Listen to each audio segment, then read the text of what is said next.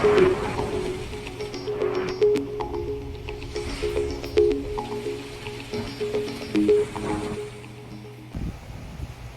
morning, Philippines! This will be our weather update for today, Sunday, May 2024. We still don't expect typhoon or any low pressure area in the next 72 hours outside and inside of Philippine area of responsibility.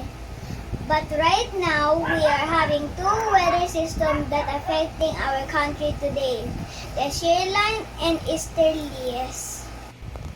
We will be having a very hot weather today, but expect some localized thunderstorm late afternoon and evening.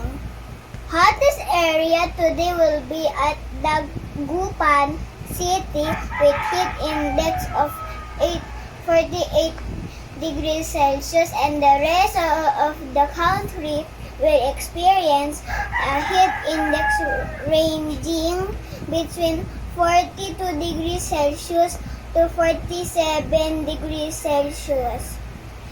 Experts had advised to drink lots of fluids, especially water, to keep hydrated and stay in shaded area.